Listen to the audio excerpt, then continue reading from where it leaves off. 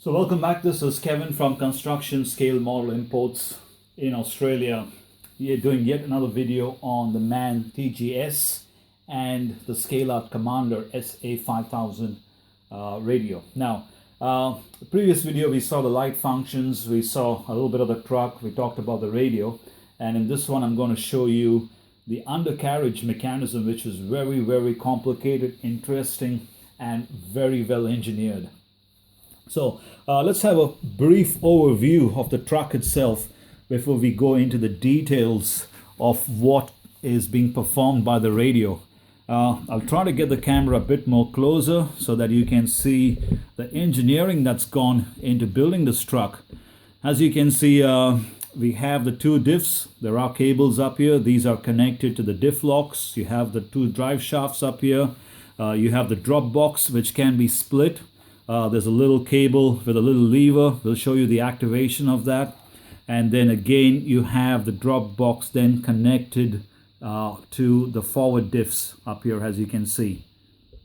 So let me just get this so you can actually see. You have the main Scaleart drive box up here. And then you have the servos, the steering arm servo, the gearbox servo, and you have the diff lock servo. Let's see if I can bring that, show you guys that. So there you go. So you've got multiple servos connecting the splitter box, the gearbox, the diff locks front and back. And the best part is the way it's been designed is you can actually lock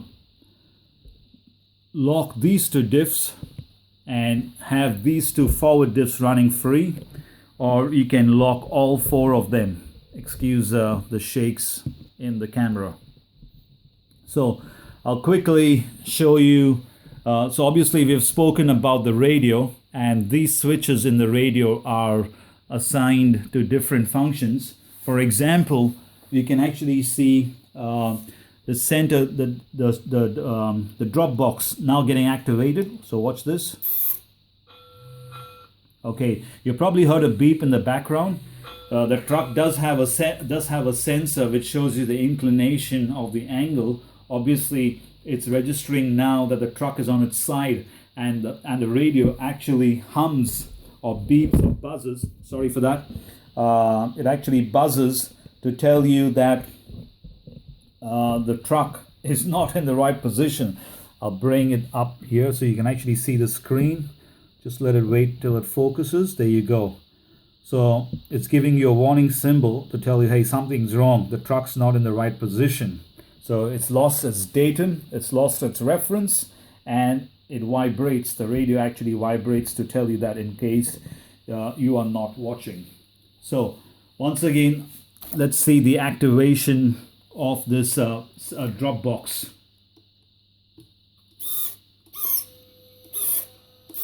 So there you go. So I'll show you the servo at the same time if I can get it within the frame, or maybe have to go a little bit back, so excuse the shakes in the camera. There you go. Okay, so this is how you control the drop box, and that is the servo activating the front diff. And if you go at the back, you actually have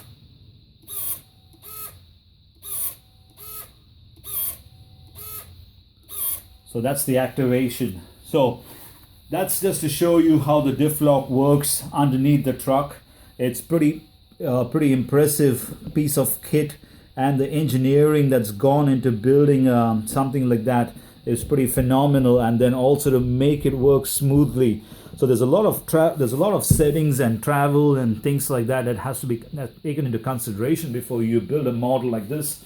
I have built a Scaleart model from scratch, and it took me a lot of time to get everything and fine-tune all the settings. So definitely a lot of work, and I wouldn't recommend the faint-hearted to have a go at it, because it's not that you would not be able to do. It definitely needs a lot of specialized tools, patience, and time to be able to successfully get this truck up and running. It's not impossible, but it's definitely difficult. So this is where we are going to stop on this particular video.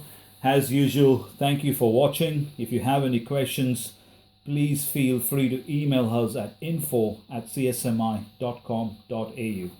Good day.